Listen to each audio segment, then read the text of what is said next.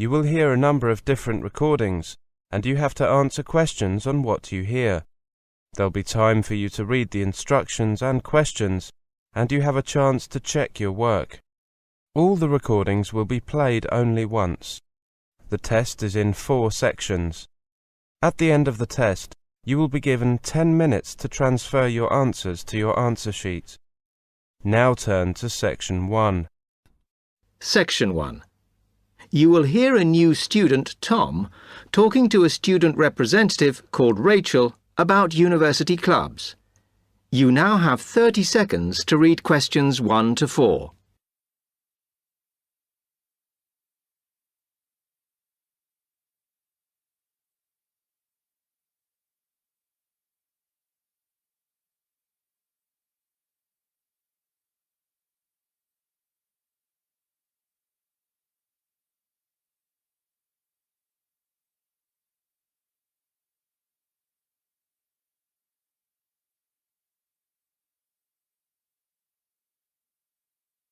Hi, welcome to Freshers Week. I'm Rachel. Can I help you? Oh, hi. Yes, I was hoping to find out about some clubs I could join. Well, all the club stands are here in this hall. What were you interested in? Not sure. I wanted to do something where I could meet people. Well, take this leaflet with details of all the clubs and see what you think. Oh. It'll probably depend on what day you're free. Like on Mondays, there's the film club. Then on Tuesdays, you've got the climbing club. That's really good. I'm in that. Then on Wednesdays, you've got chess, if you want something a bit more intellectual. But you should look through carefully because all the clubs run extra activities as well as their normal meetings. Oh, yes, I see. So it looks like the film club has discussions after the films. I'd quite like to go to those. Then climbing. Goodness. It says here that the university has its own climbing wall. That's impressive. And they go on weekend trips. Cool. And it says the chess club normally just does games with whoever turns up. But it also runs competitions sometimes. But I bet you've got to be pretty good to do that. Yes, I think so. And how many people are in the clubs? Are they all really full? Well, obviously they're all different. So, for example, the film club has just increased its membership from 85 to 125. But I think they're hoping to extend it to 150. The climbing club's quite small, 40 people. And the chess club is fairly healthy at 55. Right. OK. So who do I see if I want to join these clubs? Well, if you go round the stands and speak to the people there. For the film club, that's the events organiser. For climbing, you'll need the club secretary. And the chess club is organised by one of the maths tutors. OK? Yep. I think I'll start with the climbing club. It sounds good. Oh, well, as I said, I'm in that, so I might be able to help you a bit. You now have 30 seconds to read questions 5 to 10.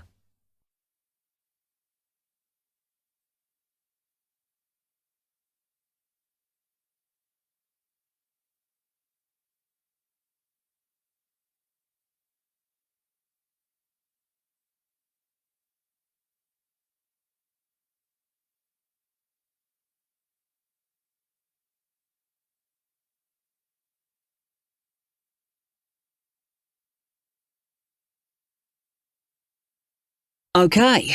It says in the leaflet that they get together twice a month. Is that right? Yes. Oh, you must join. It's really good fun. We go away quite a bit to North Wales. And every year we have a special excursion, usually to France, which is where we're going this year in the spring. The weather's too unpredictable in the autumn. Wow, that sounds good. But it must cost a lot. Yeah, but we try and save up for it through subscriptions. So rather than having a huge sum to pay in the month we go, we collect those weekly, so it spreads it out. Good idea. I think I'll definitely join. There are quite good benefits you get from joining. I mean, you need that, don't you? And the university clubs normally try and do deals with local businesses, so it's really worth joining. Like in the climbing club, they've got a special arrangement with one of the shops in town. So if you show your card, you can get money off equipment. Don't think the discount extends to clothes, though. That's really worth it then. I'll go over and talk to them now. OK. Hope you do join. Oh, and another thing I meant to say. If you do become a member, you automatically receive a magazine once a year. It's quite useful and interesting because it goes out to all the national climbing clubs. And the other thing is, if you come to every session, then you can get a complimentary ticket to the big exhibition that's held in Cardiff every year. So, hope to see you. Yeah, well, thanks a lot for your help. That is the end of section 1. You will now have half a minute to check your answers.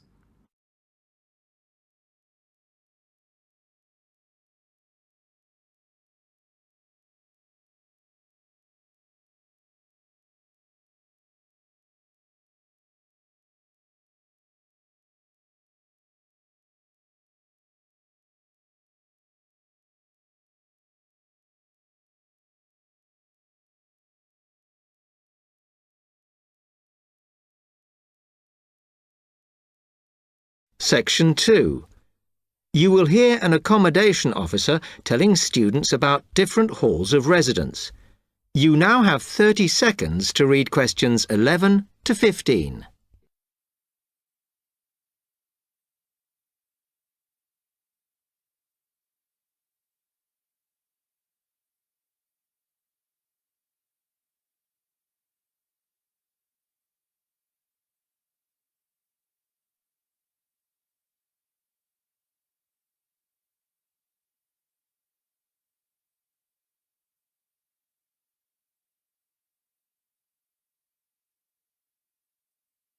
Good afternoon, and welcome to Stanton University. I'm here to tell you about the various halls of residence we have available, should you choose to come here. We aim to offer accommodation in halls to all first-year students, and you'll find there's a good variety to choose from. First of all, there's Brown Hall, which, as you'll see, is not the most modern of buildings, but it is very popular with some students. It's got a good sense of community, some nice refurbished kitchens, and unlike the other halls, it has recently had a gym built in its basement. Another option is Blake Residence, which is built like a large house, and so everybody cooks and eats together.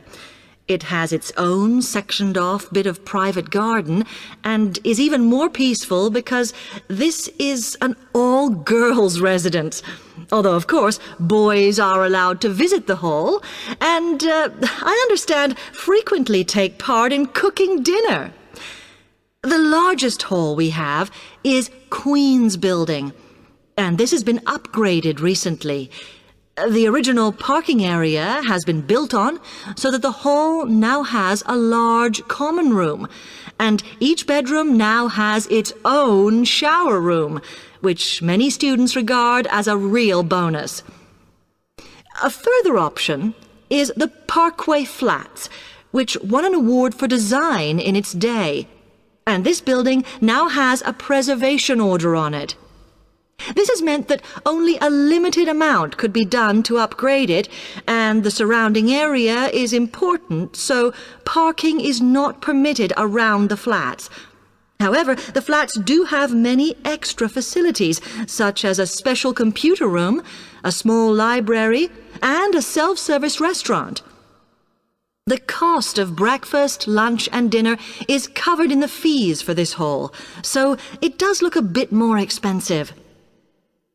The last residence we can offer you is Temple Rise, which again is slightly more expensive than other halls as the rooms are larger.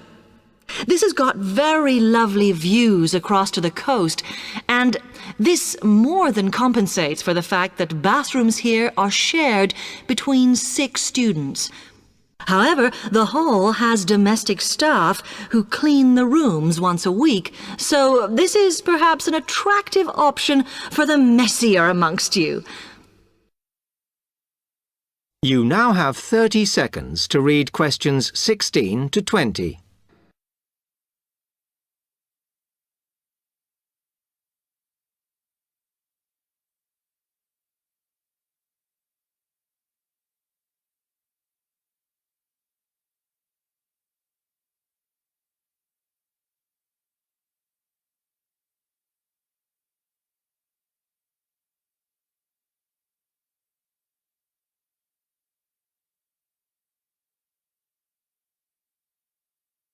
Now, if I can just show on this wall map here where they all are, you might like to go and have a look round. If you come into the main university entrance, at the first junction, you'll find that Brown Hall is on the corner opposite the theatre. So you're nice and near the station here, though I think it can get a bit noisy with traffic. The same applies to Blake Residence, which is directly facing the junction to the university entrance. These halls are often used by medical students and such like, as they're out all day, so don't notice the noise. Anyway, if you then walk along Campus Road towards the main circle, you'll see the library on the corner, and Queen's Building is just past that as you head north. You will find that it is quieter here, and you may get fewer visitors. By the way, the circle is quite a feature of the campus, as it's set into the hills and has a brand new sports center in the middle. It's worth going to look around it. Now, the Parkway Flats are on the opposite corner to the library, facing the circle, as you head towards the main buildings. The main buildings are only about a 5-minute walk from here, and places in these halls go quickly, so my advice is to reserve your place as soon as possible. Then Temple Rise is inside the circle, next to the sports center, but further from the main university buildings. Now, if you'd like to go off and physically look... That is the end of section 2. You will now have half a minute to check your answers.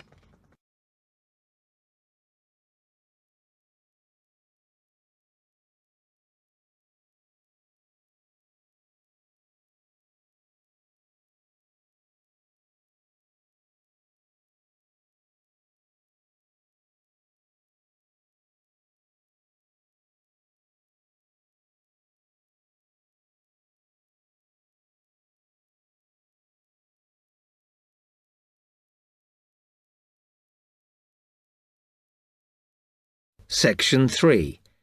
You will hear two students, Jenna and Marco, discussing a business studies project they have to do. You now have 15 seconds to read questions 21 to 24.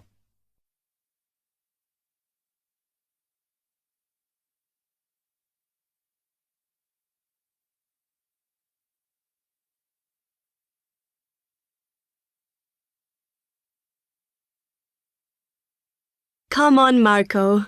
We've got to get on and sort out this project for Professor Buckley. Hang on. I want to make sure we've got all the information. Now, where are we? Well, today we need to sort out exactly what we're going to do and how we're going to divide the work up. Okay. How long have we got, by the way? The end of term is April 6th. And he said to hand it in on week 8, so that's March 25th at the latest, because the beginning of that week is the 21st, so not long. Right. Have you got the notes there? Yes. He wants us to do a fairly small-scale study, like the last one, on whether or not businesses were offering more benefits to staff. And we've now got to look at the rise in older workers. It should be fairly straightforward. Yeah, as long as we keep it small. Who's marking it? I don't know. Sometimes he gets the PhD students to mark it for him. Oh, Actually, it just says here, a senior lecturer.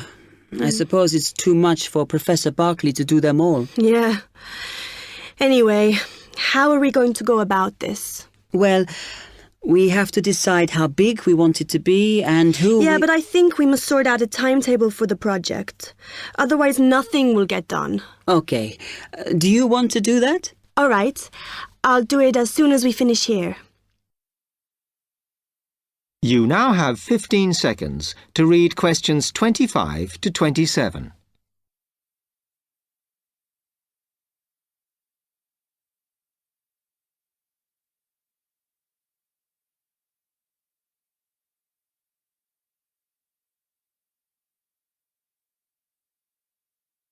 Okay. What do we have to do now for the project? What's the best way to go about it? Well, Professor Carter suggested we set up a focus group to get some in-depth interviews, but I think that'll take a lot of time. Yeah, I agree. If we did a focus group, we'd have to spend time deciding who to include in it, and it's not necessary to do one anyway. Oh, fine. And if you agree, I think we should get in touch with the businesses on the list Professor Carter gave us and ask them if they're prepared to participate. Sounds good. Then we can go there, give them questionnaires and collect them later. Exactly. Okay. Then do we need to book one of those study rooms in the library so we can work together to input the data? Perhaps not, as I guess just one of us could just sort it out actually. Yes, that would be easier. A lot of what we're doing is qualitative, so it'll be writing up rather than statistics. No software for that, I'm afraid. And I think it would look better if we had actual shots of some of the staff, because we're citing appearance as a factor in employability, aren't we? Yeah, okay. I'll factor that all in when I sort everything out tonight. You now have 30 seconds to read questions 28 to 30.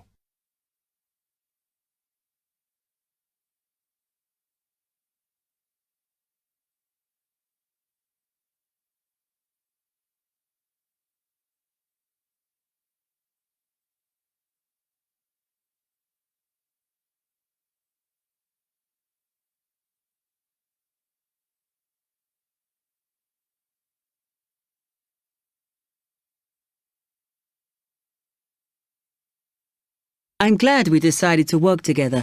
I think it's going to work out well. Yes, well, given that we had to work in pairs on this project, I think we were right to choose each other. We complement each other academically, as we're each good at what the other isn't. In fact, we should have tried working together before. Yes. Now, how shall we split the work? I'll do the analysis, shall I? Oh, okay.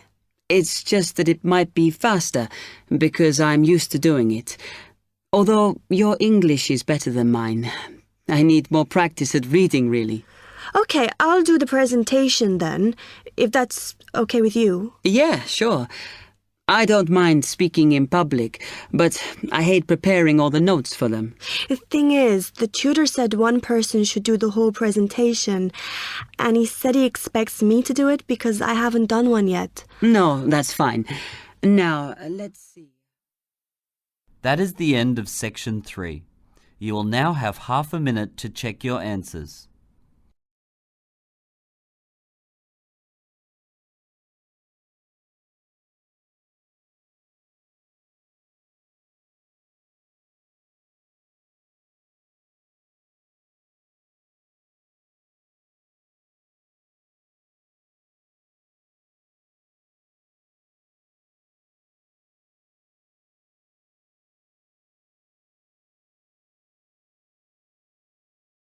Section 4. You will hear a media studies tutor giving a lecture about news sources. You now have 30 seconds to read questions 31 to 35.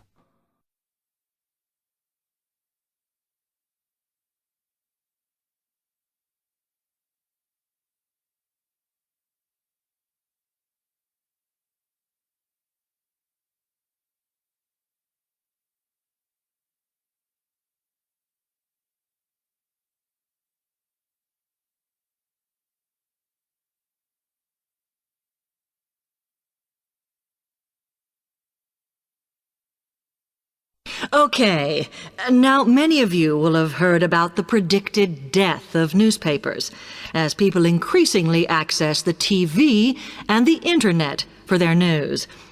Today, I want to look at the USA, which has very advanced news sources, to see if this is actually true. In the USA, the main news sources without doubt are TV, the Internet, and the press. That is, traditional newspapers. And although they are each surviving and growing, they are also changing. Obviously, TV news has been around for a while, and the early evening bulletins, when people get in from work, are very popular. I suppose we traditionally think of the morning newspaper arriving on our doorstep with the daily news. Interestingly, this is not borne out by the statistics, which show that readership in the U.S. is much higher when people have time to relax, when they're not working, especially on Sundays. The Internet is also a popular weekend activity, but shows no variation with weekday access. So people are using the different sources in different ways.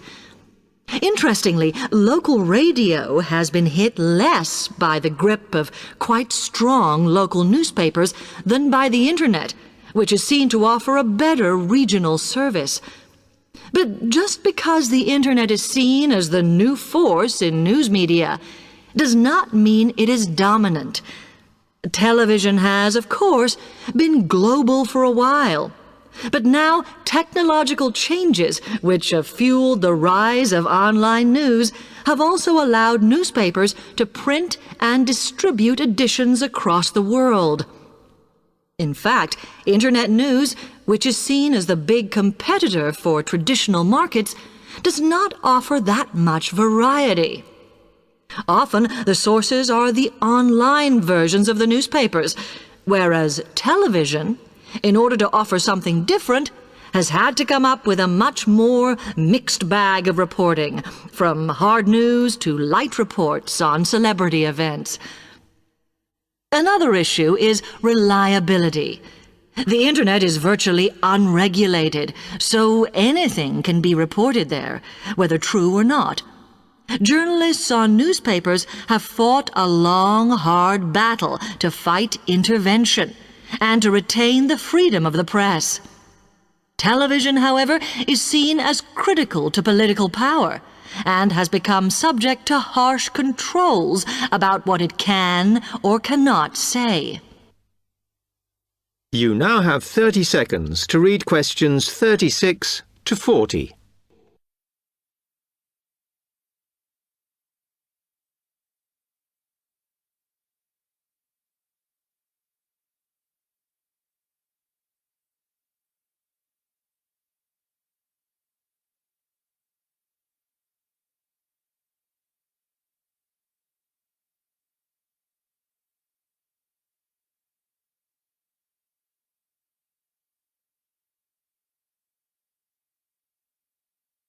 Now, one very critical factor in keeping newspapers alive and well in the USA has been their approach to advertising. Obviously, newspapers are heavily dependent on advertising revenue, and they have become more and more imaginative in what they offer, in order to make sure that advertisers use them and not other news sources. This has meant that, contrary to popular belief, newspapers now have a significantly higher profit margin than the rest of American industry. So, how have they managed to raise advertising revenue in this way? Well, they have put a lot of effort into developing and maintaining a very strong association with the retail trade. And they've come up with a winner. A critical tool in their sales plan has been suggesting that the adverts they run can have vouchers.